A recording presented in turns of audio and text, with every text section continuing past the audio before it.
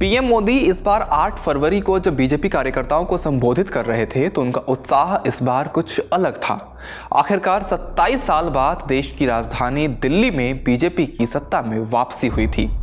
Party ने 70 में से 48 विधानसभा सीटें जीती और 45% से ज्यादा वोट शेयर हासिल किया।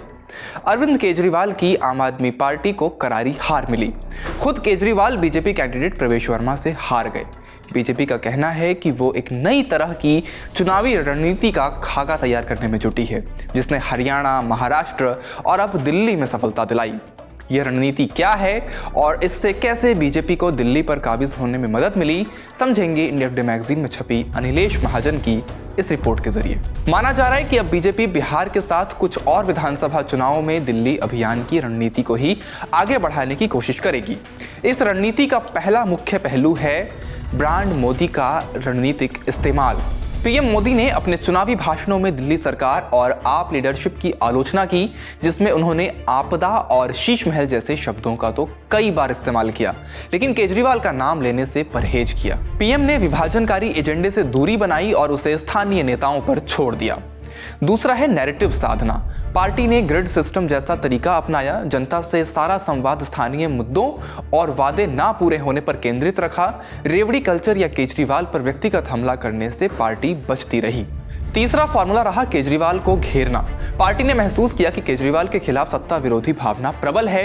इसका फायदा उठाते हुए बीजेपी ने अपने सबसे दमदार उम्मीदवार और दिवंगत पूर्व मुख्यमंत्री साहिब सिंह वर्मा के बेटे प्रवेश वर्मा को उनके खिलाफ मैदान में उतारा। आक्रामक हमला जारी रखते हुए दिखाया गया कि कैसे 2012 के एक्टिविस्ट और बदलाव के अगुवा रहे केजरीवाल अब अपनी नीतियों से भटक चुके हैं।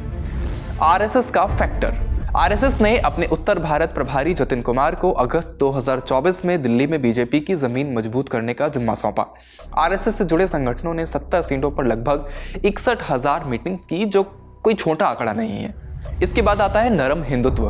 दिल्ली के लिए बीजेपी की टॉप लीडरशिप ने बटेंगे तो कटेंगे वाले नैरेटिव से काफी हद तक दूरी बनाए रखी। ये पोलराइजेशन कम करने में मददगार रहा। भाजपा ने उन सीटों पर कुछ बढ़त भी हासिल की जहां मुसलमान निर्णायक फैक्टर यानी 30% से ज्यादा थे। ऐसी 10 में से 3 मुस्तफाबाद, रिठाला और शाहदरा में बीजेपी ने जीत हासिल की। इसके बाद है डेटा आईक्यू। भाजपा ने अभियान में डेटा का बेहतरीन इस्तेमाल किया। 2014, 2019 और 2024 के लोकसभा चुनाव में रहता आया उनका 50% वोट शेयर हर विधानसभा चुनाव के साथ घट रहा था। पिछले साल जनरल इलेक्शन में दिल्ली के मध्यम वर्ग के 50% लोगों ने बीजेपी का समर्थन किया, जबकि 32% ने आम आदमी पार्टी को वोट किया। बीजेपी थिंक टैंक ने उस बचे हुए 16% फ्लोरिंग वोट की पहचान की। कुल 13,900 बूथों में से 3,900 पर ध्यान केंद्रित किया।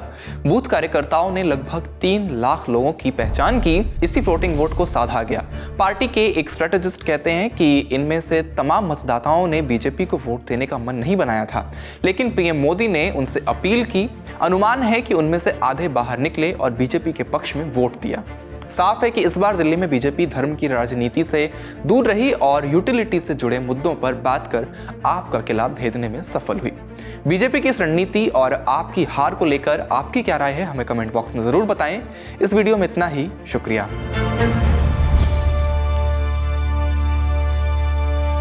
इसी तरह की तसल्ली से भरी हुई एक्सक्लूसिव रिपोर्ट्स देखने के लिए सब्सक्राइब करें इंडिया टुडे हिंदी का YouTube चैनल और बेल आइकन जरूर प्रेस करें ताकि वीडियो अपलोड होते ही आपको खबर हो जाए।